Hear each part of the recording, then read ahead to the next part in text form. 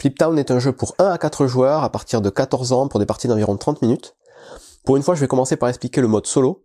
Ensuite, j'expliquerai les toutes petites modifications à faire pour jouer de 2 à 4. Et enfin, je finirai par expliquer la mini-extension qui est sortie, qui s'appelle les Faubourgs. En Fliptown, vous êtes à la recherche de fortune et gloire dans l'Ouest sauvage américain.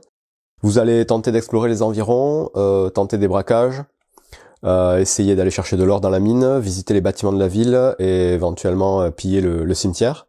Le but du jeu à la fin de la partie est d'avoir le plus de points qui vont être représentés par l'argent, l'or et les étoiles.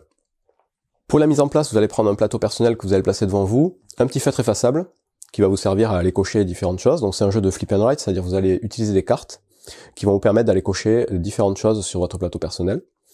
Donc pour ça, vous avez un deck de 52 cartes, tout ce qu'il y a de plus classique, hein. Donc de 2 à l'as. Vous avez 2 jokers que vous allez laisser dans la boîte pour l'instant. Ces cartes, vous les mélangez et vous les passez en pioche au-dessus de votre plateau, à l'emplacement indiqué pioche. Ensuite, dans le jeu, vous avez des cartes Cobot, donc il y en a 4, des cartes primes et des cartes personnages. Ces cartes-là, pour l'instant, on les utilisera pas, j'expliquerai tout à l'heure à quoi elles servent. Mais pour une partie de base, il n'y en a pas besoin. Vous allez commencer la partie avec 4 $ et 2 or. Donc à chaque fois que vous allez gagner des ressources, que ce soit des dollars, de l'or ou des étoiles, ou des points wanted, donc ça c'est plutôt négatif, mais vous allez pouvoir en gagner aussi. Le principe c'est que vous allez entourer tout simplement la ressource correspondante, donc ici 4 $ et 2 or. Et ces ressources-là, quand vous devrez les dépenser, il se peut que vous en perdiez ou que vous deviez les dépenser, ben tout simplement vous rayerez les ressources entourées. Donc ça va être le principe pour tout le jeu. Si vous arrivez au bout d'une piste, que ce soit l'or, le cash ou les étoiles, vous pouvez rajouter des symboles. En fait, c'est pas limité à ce qui est écrit sur le plateau. Vous en rajoutez et vous pouvez continuer à en stocker. La partie de Fliptown va se dérouler en 3 manches. À chaque manche, il va y avoir 6 phases à faire. La première, c'est de mélanger le deck de cartes, comme j'ai fait déjà. Ensuite, vous allez piocher une carte shérif. Donc la carte shérif, ça va être la première carte du deck que vous allez piocher sans la regarder et que vous allez placer sur le côté de votre plateau à l'emplacement indiqué carte shérif. Ces cartes-là, elles serviront en fin de tour. Ensuite, vous allez faire 5 tours de jeu. À chacun des tours de jeu, l'idée, c'est que vous allez piocher 3 cartes que vous allez mettre au-dessus de votre plateau. Et ces cartes-là, vous allez les utiliser pour aller cocher des choses dans les différents endroits du plateau. Et une carte va être utilisée pour commencer à créer une main de poker. Et donc à chaque fois, vous allez cocher sur la partie carte de poker ici, la valeur et le signe de la carte. Sur les 3 cartes que vous piochez à chaque tour, vous allez décider quelle carte vous voulez utiliser pour sa couleur, quelle carte vous voulez utiliser pour sa valeur, et quelle carte vous voulez utiliser pour faire votre main de poker. Donc là, les 3 cartes, vous les réagencez comme vous voulez, on va dire comme ça. Et la carte couleur va déterminer quelle zone du plateau vous allez visiter. Donc ça peut être la piste, que vous trouvez ici, et là ce sera la couleur cœur. Ça peut être les Badlands, ici, avec le pic, la mine avec le carreau, ou la ville avec le trèfle. Donc là, j'ai choisi carreau, par exemple, donc je vais aller jouer dans la mine. Ensuite, la carte valeur va déterminer qu'est-ce que vous allez cocher dans cette zone. Donc ici, vous voyez, avec le valet, je suis entre le 8 et le roi, donc je vais venir entourer cette zone ici. Donc je vais revenir en détail dans les différentes actions, mais le principe c'est ça, vous choisissez une couleur pour la zone, une valeur pour ce que vous allez cocher dans cette zone, et la carte de poker, comme je vous ai expliqué tout à l'heure, vous allez tout simplement noter, là on est à la première manche, donc c'est la première colonne ici, que vous avez un set de trèfle. Et là c'est le premier des 5 tours que vous allez faire dans cette manche. Une fois que vous avez fait ce que vous avez à faire, vous défaussez les 3 cartes, mettez en défausse ici par exemple, et vous commencez un nouveau tour. Même chose, vous piochez 3 cartes, pas mal. Vous agencez comme vous voulez, vous allez rajouter votre main de poker ici, allez faire vos actions ici, et vous allez faire ça 5 fois. Et au bout de ces 5 fois, on passera à la 4e étape d'une manche, qui est résoudre la main de poker. Donc là, résoudre la main de poker, c'est tout simple. Vous allez regarder la combinaison que vous avez fait avec votre main de poker. Et donc, si vous savez pas jouer au poker, vous avez un petit récap ici donc de ce que vous pouvez faire. Donc une paire, double paire, brelan. Et en fonction de ce que vous avez réussi à faire, vous allez gagner des récompenses. Donc c'est à chaque fois de l'argent et des étoiles que vous allez venir rajouter dans vos réserves. Une fois que vous avez résolu votre main de poker, 5e phase, on va regarder la zone de tamis et de travail ici. Ici, vous voyez, vous avez un symbole de tamis d'or. C'est des ressources que vous allez pouvoir gagner aussi en allant visiter les différents endroits du plateau. Quand vous gagnez un tamis, vous l'entourez, ici, et vous le garderez jusqu'à la fin de la partie, donc vous pouvez en avoir 4 au maximum. Et même principe exactement pour les marteaux, ou les pioches. Dès que vous en gagnez un, vous l'entourez. Et à la fin de chaque manche, vous allez gagner une pépite par tamis entouré, et 2 $ par pioche entourée. Et donc ça, voilà, ça va monter crescendo au fil des manches. Donc vous venez rajouter dans vos réserves. La dernière phase d'une manche de jeu, c'est la phase de shérif. Donc là, le shérif, à chaque fin de manche, va essayer de vous capturer si vous êtes recherché. Donc au fil du jeu, vous allez nécessairement, à un moment ou à un autre, gagner des points wanted. Donc ça, pareil, comme pour les ressources, vous les entourez quand vous les gagnez. Et ça, c'est plutôt négatif, parce que c'est ce qui va déterminer si le shérif va vous arrêter ou pas.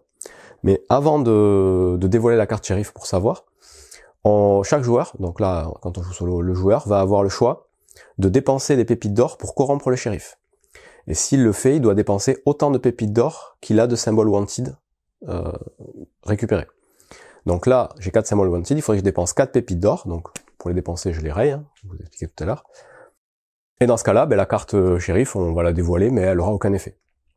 Si je peux pas ou je ne veux pas corrompre le shérif, donc là c'est le cas, on va alors dévoiler la carte shérif, et si cette carte est supérieure ou égale à mon nombre de symboles wanted, je suis libre, il ne se passe rien, tout va bien.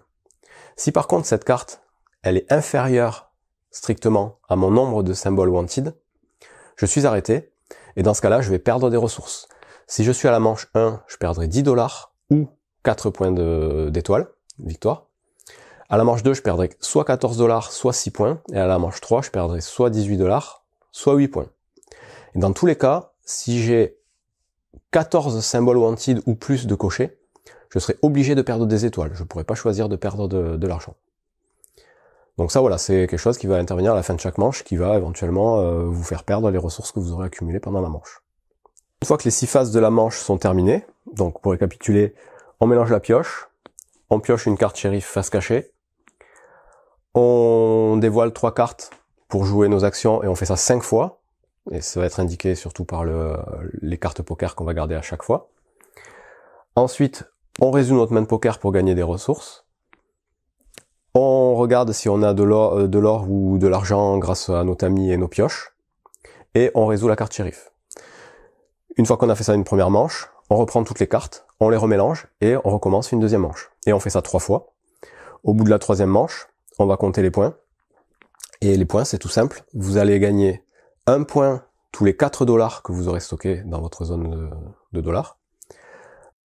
1 point toutes les 2 pépites d'or que vous aurez gagnées. Ensuite, vous aurez 1 point par étoile shérif que vous aurez récupéré, plus tous les points des étoiles argentées. Donc vous verrez que sur le plateau, je vais expliquer après, il y a des endroits où vous avez des étoiles argentées. Ça, ce sont des points de victoire qui sont marqués uniquement en fin de partie, qui seront reportés ici. Vous faites le total de tout ça, ça vous donne votre score final, et vous pourrez aller comparer ce score dans le livret de règles pour savoir à quel niveau vous vous situez. Donc ils vous disent à chaque fois de compter votre nombre de points wanted, ce qui va vous donner un titre, et ensuite votre score, ce qui va vous donner un sous-titre. Donc vous pouvez être par exemple hors la loi légendaire, si vous êtes au maximum partout. Je reviens maintenant en détail sur les différentes actions possibles sur le plateau. Donc si on veut par exemple aller cocher des choses sur la piste, donc il faut choisir comme couleur le cœur, et ensuite la valeur, peu importe. L'idée c'est que sur la piste, vous voyez, vous avez les différentes valeurs par ordre croissant, donc de l'As, qui est donc le 1, jusqu'au roi. Il est à noter que voilà, valet dame roi, c'est écrit en anglais, c'est Joker, Queen et King, donc c'est J, Q et K. Il est à noter aussi que l'As est toujours considéré comme un 1 pour tout le jeu, sauf pour les mains de poker où ça peut être soit un 1, soit un As à notre choix. Donc sur la piste ici, vous allez devoir avoir une valeur supérieure ou égale à la carte sur laquelle vous voulez vous arrêter, faire un campement. Et vous gagnerez les bonus qui sont indiqués en dessous de la carte. Donc par exemple ici, bon, j'ai un As, ça veut dire que je vais m'arrêter, supérieur ou égal à As, je vais m'arrêter ici directement. Et donc je vais le noter avec mon stylo. Je m'arrête ici, donc j'entoure la récompense, et j'ai gagné 2 étoiles, que je vais gagner tout de suite sur mon plateau. Si par exemple, j'avais eu ici le valet, j'aurais pu aller directement jusqu'au valet et gagner ça. Par contre, si je le fais, je suis obligé de rayer toutes les cases que je passe et je pourrai jamais y revenir. Donc c'est peut-être pas la meilleure idée. Je gagne directement ça. Plus tard dans la partie, quand je referai un truc sur la piste cœur, je serai obligé de repartir d'ici, donc d'avoir soit une dame, soit un roi, pour pouvoir avancer. Donc là, l'idée, voilà, ça va être d'essayer de gagner un maximum de bonus, en n'allant pas trop vite, et en ne passant pas trop de choses. Par contre, voilà, tout ce que vous aurez passé, admettons, je m'arrête ici, hop, je gagne... Donc, toujours avec le valet, hein, je peux décider de m'arrêter avant la carte que j'ai piochée. C'est-à-dire que là, j'ai le valet, je pourrais aller jusque là, mais je décide plutôt de m'arrêter au 4. Donc j'entoure, je gagne les récompenses, et tout ce qui est derrière, c'est terminé, je le gagnerai plus. Prochaine fois, je pourrais aller un peu plus loin, et ainsi de suite. Voilà comment fonctionne la piste.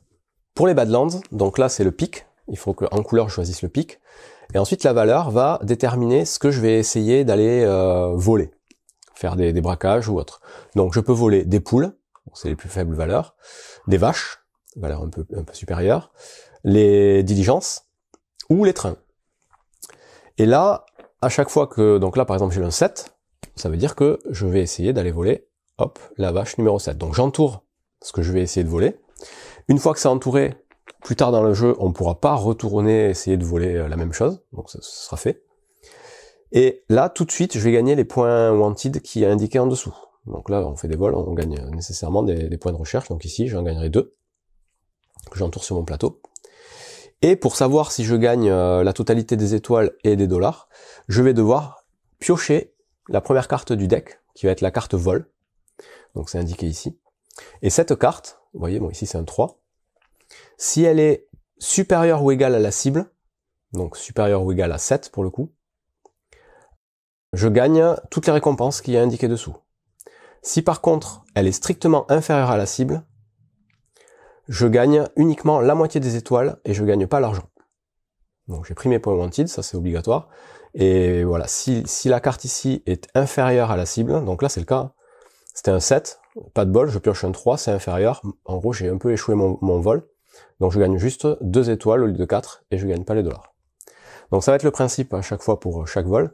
Et donc évidemment quand vous êtes sur le dernier train là avec un roi, la seule chose qui va vous permettre de faire le vol en entier, ça va être de piocher un roi, pour qu'il soit supérieur ou égal à la cible. Sachant que l'as, ça vaut un 1. Donc ça va être plus compliqué. Mais vous avez des choses qui vont vous aider, je vais expliquer tout à l'heure. Ici, à chaque fois que vous aurez coché les trois mêmes icônes d'une ligne, vous gagnerez un bonus. Et les bonus, je vais les expliquer tout à l'heure, vous en gagnez aussi sur la piste. Les bonus, ça peut être les symboles cœur, trèfle, carreau, pique, ou les symboles de tombe. Pour aller à la mine, il vous faut utiliser le carreau, donc comme ici, et la valeur va vous déterminer dans quel côté vous allez creuser la mine. Donc ici, par exemple, avec un 7, vous voyez ici, ça va de As à 7, donc je commencerai, on commence toujours par en haut, à entourer cette zone. Et je gagne tout de suite la récompense indiquée. Donc ici, je gagne une pioche et un or. Plus tard, quand je reviendrai faire l'action de la mine, si j'ai à nouveau une valeur entre As et 7, je pourrais descendre un peu plus profond de la mine et entourer une des deux valeurs ici, en fonction de la valeur. Si j'ai entre As et 4, je vais ici. Si j'ai entre 5 et 7, je vais ici. Ou si j'ai entre 8 et Roi, ben, je partirai de l'autre côté. Et donc petit à petit, on va pouvoir descendre. On est obligé de suivre un réseau en partant de ce qu'on a déjà visité. On peut pas directement, si la prochaine fois j'ai un 5 par exemple, venir entourer ça parce que il y a un 5 ici. Il faut suivre les galeries. Et donc ici, quand vous arriverez tout en bas, vous aurez des étoiles argentées. Ces étoiles argentées, c'est des points de victoire en fin de partie qui vont dépendre de ce que vous allez faire. Ici, on vous dit que vous gagnez 1 point par tombe encerclée. Donc la tombe, c'est au niveau du cimetière que ça se passe, je vous l'expliquerai après. Ici, vous gagnerez 1 point par bâtiment encerclé, ici 1 point par mine encerclée, ici 1 point par campement encerclé, donc les campements c'est sur la piste, et ici 1 point par vol encerclé. Donc en gros, c'est des points pour se spécialiser dans les différentes zones du plateau. Pour aller à la ville, il va falloir utiliser du trèfle, et la valeur va déterminer dans quel bâtiment de la ville vous allez pouvoir aller interagir. Donc les bâtiments sont numérotés en haut à gauche de As à Roi, et donc là par exemple avec un 3, je pourrais aller dans ce bâtiment ici. Donc quand je vais dans un bâtiment, j'entoure sa valeur, Et contrairement à tous les autres endroits du plateau, à partir du moment où on a entouré un bâtiment, ça ne nous empêche pas d'y revenir plus tard. C'est-à-dire que plus tard, si je retrouve du trèfle et un 3, je pourrais revenir dans ce bâtiment pour refaire l'action du bâtiment. La seule chose qui va changer, c'est que à chaque fois que vous allez dans un bâtiment, vous gagnez l'action qui a marqué dans le cadre un peu jaune du bâtiment, et vous gagnez un bonus qui est inscrit en haut au centre. Donc là, le bonus, c'est une étoile. La première fois que j'y vais, je le raye et je gagne mon étoile. Les prochaines fois où je viendrai, je ne regagnerai pas ce bonus. Donc tous les bonus qui sont en haut, c'est des one-shot. Par contre, je pourrais revenir dans le bâtiment pour faire l'action du dessous. Donc là, je vous ai expliqué vite fait les différents bâtiments. Vous allez voir ces différentes choses qui vont vous aider dans le jeu. Mais avant de vous expliquer, je vous explique la dernière zone où on peut aller. Et cette zone, on y va uniquement quand on n'est pas satisfait de ces cartes ici. C'est-à-dire que la combinaison couleur-valeur ne nous intéresse pas ou on n'a pas envie de la faire. On peut décider de ne pas tenir compte de ces cartes et d'aller directement au cimetière. Donc le cimetière, c'est simple. Vous commencez la partie avec la tombe du centre déjà entourée. Et quand vous allez au cimetière, vous allez pouvoir entourer une tombe, celle que vous voulez. Et vous gagnez aussitôt ce qui va se trouver entre les tombes déjà entourées et celles que vous venez d'entourer. Donc là, ici, je gagnerai un tamis, que je vais entourer ici. Plus tard, si je retourne au cimetière, j'entoure celle-là, je gagnerai le bonus trèfle, que je raye et que je fais directement. Donc là, voilà, c'est un moyen de gagner différents bonus en entourant les zones. Et ça, donc, vous y allez quand vous voulez, en ne faisant pas l'action des cartes valeur couleur. Je vous explique maintenant les différents bâtiments rapidement. Le premier bâtiment, le croque-mort, la première fois que vous y allez, donc vous entourez le bâtiment, vous gagnez un bonus carreau, j'expliquerai après tous les bonus, et la première fois que vous y allez, vous devenez copain avec le croque-mort. Donc vous cochez ça, et vous voyez qu'au cimetière, vous avez le symbole copain croque-mort.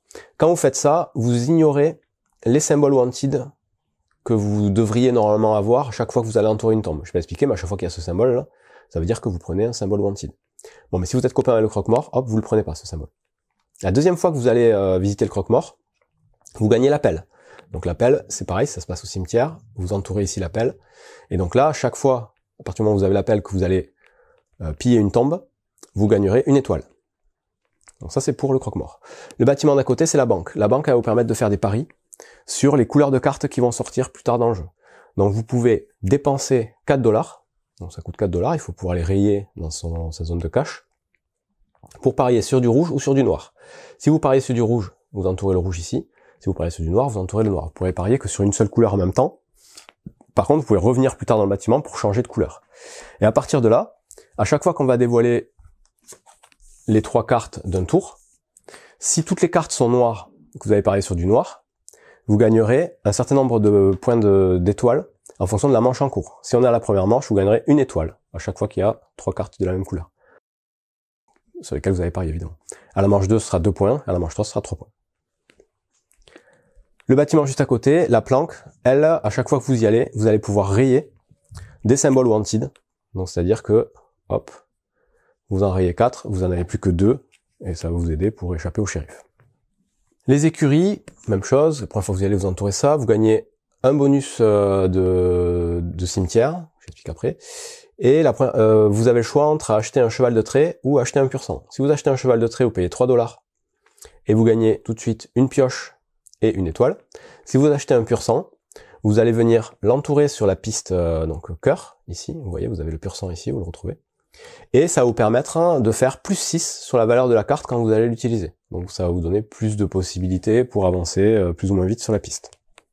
L'épicerie, quand vous y allez, vous allez pouvoir acheter des équipements.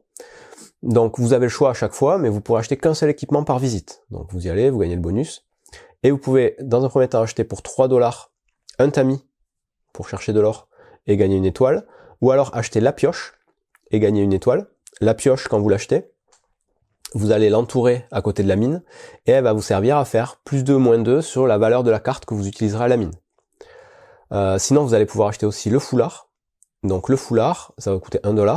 Quand vous l'avez, vous venez l'entourer dans la zone des Badlands et il permettra d'avoir un icône wanted en moins à chaque fois qu'on fera un vol. Donc ça, c'est l'épicerie. L'église, ça va vous permettre d'expier vos péchés, on va dire, en dépensant de l'argent. Donc vous allez pouvoir dépenser jusqu'à 8 $ pour supprimer jusqu'à 8 symboles wanted de votre zone wanted. Donc c'est 1 $ par symbole. Donc là, pareil, vous pouvez y aller plusieurs fois, vous êtes limité à 8. Quand vous y allez la première fois, vous gagnez une étoile. L'hôtel, quand vous y allez, vous payez 2 $ et vous entourez la première étoile la plus à gauche disponible. La prochaine fois que vous y retournez, vous repayez 2 $, vous prenez l'étoile suivante et ainsi de suite. Et à la fin de la partie, vous gagnerez les points inscrits sur l'étoile entourée la plus à droite. C'est les points de victoire de fin de partie que vous rajouterez à votre total. Et vous avez un pic la première fois que vous y allez. Le cadastre, ça va vous permettre de dessiner des terrains et en fonction de l'argent que vous dépensez, vous pouvez faire des formes différentes. Par exemple là, si vous dépensez 8, vous pouvez venir cocher ça, ça et ça et gagner les étoiles correspondantes. Donc là, 1 plus 1 plus 3, je gagnerai directement 5 étoiles. Plus tard, quand j'y retournerai, je pourrai venir payer 4 $ pour faire ça et ça en plus et gagner 3 étoiles. Et si jamais j'arrive à un moment donné à remplir la totalité, je gagnerai 7 étoiles. L'armurerie, la première fois que vous y allez, vous pouvez dépenser 3 $ pour gagner le revolver. Si vous le faites, vous l'entourez au niveau des Badlands et ça va vous permettre d'avoir plus 2 à la valeur de la carte vol que vous allez retourner. Ce qui va vous éviter de rater vos vols, vous donner un peu plus de chance. La deuxième fois que vous allez à l'armurerie, vous payez 4, vous gagnez le fusil. Donc là, pareil, hop. Et ça fera plus 4 à la valeur de la carte vol. Ensuite, si vous allez dans la zone des cautions, vous allez pouvoir aider à chasser des hors-la-loi. Donc pour ça, vous allez devoir choisir une figure, donc valet, dame ou roi, que vous allez entourer ici, en haut, à côté des cartes valeurs, dans le même temps si vous choisissez le valet. Et à chaque fois, donc lors de prochains tours, qu'un valet va sortir, vous allez pouvoir gagner une des récompenses au choix. Donc récompense, ça va être soit 4 $, soit 2 pépites, soit enlever 2 symboles wanted. Et ça, vous le ferez pour chaque carte valet qui sortira. Même s'il y en a 2 lors d'un tour, vous gagnerez 2 fois la récompense. Si vous retournez plus tard dans le bâtiment caution, vous allez pouvoir choisir une deuxième prime et ça va se cumuler avec les précédentes. Le bureau du shérif, quand vous y allez, vous allez pouvoir regarder secrètement, alors quand on est plusieurs, mais quand on est tout seul on s'en fout, la carte shérif et décider si vous voulez rayer 2 symboles wanted ou prendre une étoile. Le saloon, quand vous y allez, vous allez pouvoir dépenser 2 $ pour gagner une étoile, et ce sera limité à 8 étoiles par visite, vous pouvez y aller plusieurs fois. Et enfin, le club des prospecteurs, vous allez pouvoir dépenser une pépite pour gagner une étoile, limité à 8 étoiles par visite. Et à chaque fois, vous n'oubliez pas de prendre les petits bonus à la première visite. Donc voilà pour les bâtiments. Donc je reviens maintenant sur les différents bonus que vous allez pouvoir débloquer. Donc que ce soit dans les bâtiments, en haut des bâtiments, ou à chaque fois que vous aurez un symbole, donc cœur, carreau, pique, trèfle, ou une tombe, mais en fait ça va vous permettre tout de suite de faire l'action correspondante sur le plateau correspondant, mais avec la valeur de votre choix. Donc en gros c'est un bonus. Si jamais j'arrive à avoir le bonus pique ici, je peux venir dans les Badlands tout de suite tenter le vol que je veux. Je peux venir directement tenter ça si je suis chaud. Donc je l'entoure et je fais l'action directement. À la mine, il faut pouvoir respecter quand même la condition du réseau, c'est-à-dire que je peux pas aller directement entourer ça, il faut que je suive les galeries. Mais voilà, c'est une action bonus. C'est le bâtiment en ville, je vais visiter le bâtiment que je veux, et sur la piste, je considère que j'ai la valeur que je veux, donc je peux aller jusqu'au bout de la piste si j'ai envie. Donc ça, c'est à chaque fois qu'on a un bonus. Donc les bonus, je vous rappelle, vous en gagnez quand vous avez fait 3 vols d'un même type, ici, en haut de chaque bâtiment, et parfois, voilà, à la mine, vous avez les symboles, ou sur la piste, vous avez les symboles, ou même au cimetière. Le dernier bonus qu'on peut avoir, c'est le bonus avec une tombe. Bah, là, c'est tout bête, vous allez pouvoir venir piller une tombe gratuitement, c'est-à-dire entourer une tombe, et gagner, comme d'habitude, le petit bonus qu'il y a entre les tombes déjà entourées.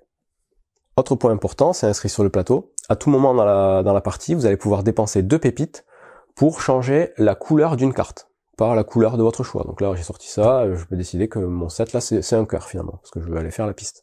Donc il faut que je puisse dépenser 2 pépites pour faire ça. De la même façon, je peux aussi dépenser une pépite pour faire +1 - 1 sur la valeur de la carte que j'ai choisie en tant que valeur. Et ça, je peux le faire autant de fois que je veux. Je peux dépenser 4 pépites pour faire +4 sur la valeur, sachant qu'on peut pas passer de roi à as ou de as à roi. Dépenser des pépites de cette façon, ça ne marche que avec les cartes couleur et valeur. C'est-à-dire qu'on peut pas le faire pour sa carte de main poker, on peut pas le faire pour la carte vol qu'on va dévoiler dans les Badlands, ni pour la carte shérif. Ces cartes-là, on peut pas les modifier avec les pépites. Donc on a fait le tour des règles de base pour le jeu en solo. Je vais vous expliquer maintenant rapidement des petits modules qu'on peut rajouter pour jouer en solo. Le premier, c'est les cartes personnages. Donc les cartes personnages, vous pouvez en choisir un en début de partie ou en tirer un au hasard. Ça va vous dire vos ressources de départ, donc qui seront différentes des ressources du jeu de base. Donc je vous rappelle, au début du jeu, normalement vous avez 4 $ et 2 pépites. Bon, mais ici, si vous jouez avec la baronne, vous commencez avec 7 $ et une pépite. Et chaque carte va avoir une petite capacité spéciale que vous allez pouvoir utiliser une seule fois durant la partie. Donc c'est là, par exemple, on vous dit, une fois dans la partie, vous pouvez gagner autant de pépites que votre niveau actuel de Wanted. Donc vous le faites une fois, quand vous l'avez fait, boum, vous cachez la carte, et vous pouvez plus l'utiliser. Et donc des cartes comme ça, il y en a plein. Vous voyez, celle-ci, Pierre de tombe, il commence avec 3 $ une pépite, mais il commence directement avec l'appel, qui est utile au cimetière, ici. Et voilà, une fois par partie, vous pouvez réaliser une action bonus de cimetière. Vous pouvez en avoir plein, pour en choisir une. Les cartes Joker qu'on a laissées dans la boîte en début d'explication, elles vont servir uniquement quand vous jouerez avec le personnage qui s'appelle l'électron libre. Et donc elles permettront d'être défaussées dans la partie. Donc vous aurez 2 Jokers en fait, pour remplacer n'importe quelle valeur ou n'importe quelle couleur quand vous aurez à choisir vos cartes. Tout simplement. Autre module qu'on peut utiliser en mode solo, c'est les cobots. Donc c'est des personnages contre qui on va essayer de se battre, c'est-à-dire qu'à la fin de la partie, au lieu de juste faire le total de ses points et de le comparer avec le livret pour savoir où on en est, on va essayer de jouer contre ces personnages, donc il y en a 4. Vous en tirez un au hasard ou vous le choisissez, peu importe.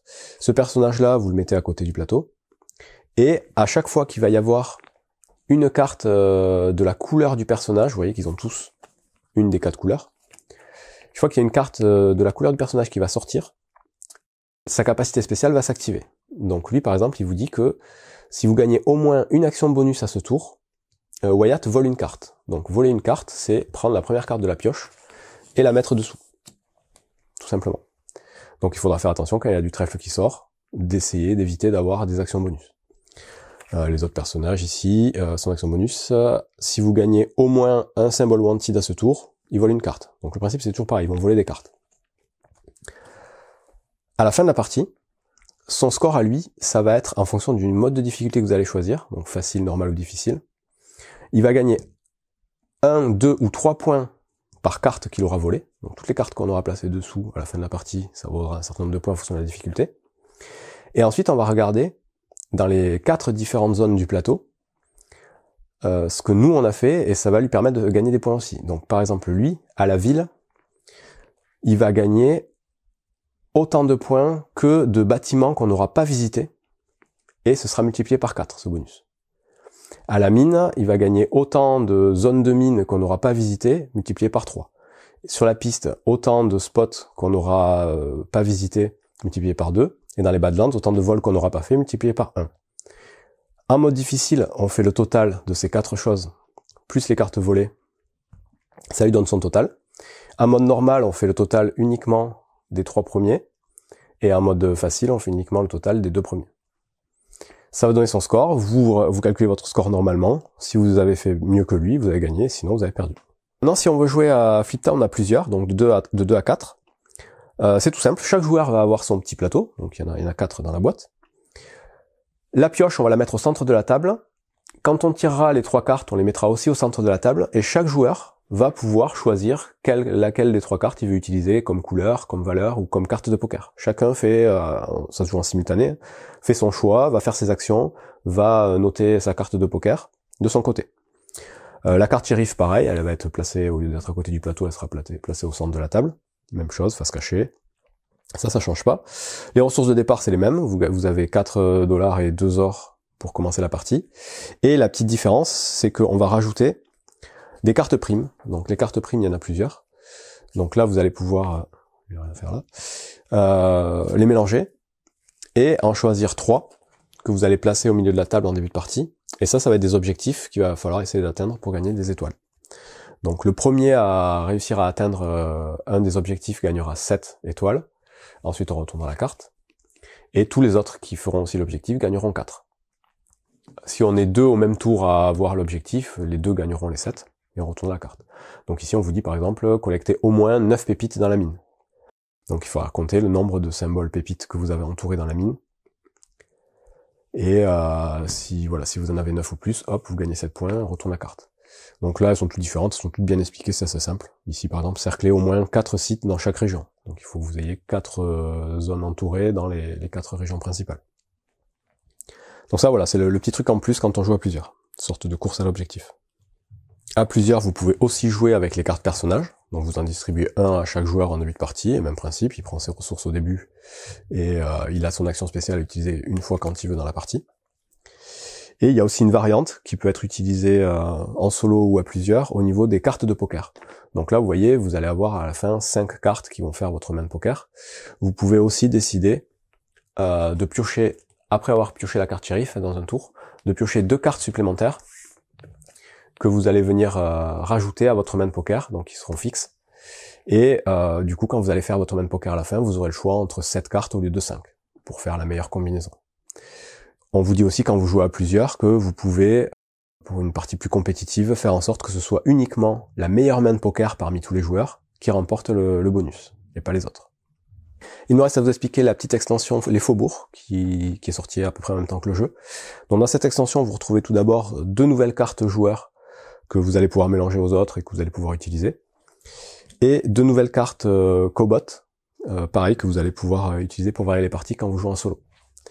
Mais en plus de ça, vous allez surtout avoir des cartes Faubourg. Donc ces cartes-là, il y en a plusieurs, elles sont toutes recto verso.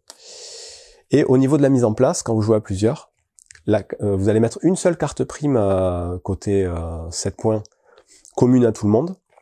Et ensuite, vous allez mettre des cartes primes entre les joueurs. Et à chaque ces cartes primes, pardon, vous les mettez côté 4 étoiles. Et à chaque carte prime, vous allez placer une carte Faubourg associée. Et sur ces cartes, vous voyez que ça pointe d'un côté ou de l'autre. Donc ça veut dire que ce bonus, il est pour le joueur de gauche, hein, ce bonus pour le joueur de droite. Et c'est le même principe de partout. Là, l'idée, c'est que à chaque tour, le premier joueur qui réussit à avoir l'objectif de la prime, il va gagner les 4 points, et il va gagner tout de suite le bonus qui lui est associé.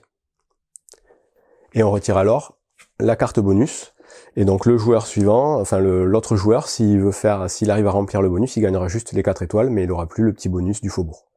Donc ces bonus-là, vous voyez, c'est soit des actions gratuites dans les différentes zones, soit des nouveaux objets à gagner. Ouais, ce sont toutes recto verso, comme je vous ai dit, et du coup, il y a plusieurs bonus possibles. Quand on joue tout seul, on peut aussi utiliser ça, et dans ce cas-là, on mettra 2 cartes primes côté 4 étoiles, et une carte entre les deux. Et quand on réussit à avoir l'objectif, on gagne le bonus qui pointe vers cet objectif, et même chose de l'autre côté. Donc on peut gagner les 2 bonus. Par contre, quand on fait ça, à la fin de la partie, on doit soustraire 5 points à notre score final, parce que ça nous avantage un peu dans le jeu. Et quand on joue à 2, on met 2 cartes primes entre chaque joueur, avec à chaque fois la petite carte Faubourg associée, et donc on aura la possibilité 2 fois de gagner des bonus. Voilà, c'est tout pour Flip Town, un très bon jeu de truck and write, donc les jeux à cocher. Donc il en existe des tonnes et des tonnes là sur le marché, mais celui-là je trouve que voilà, il sort quand même son épingle du jeu, il fait partie des tout meilleurs pour moi. Bon jeu.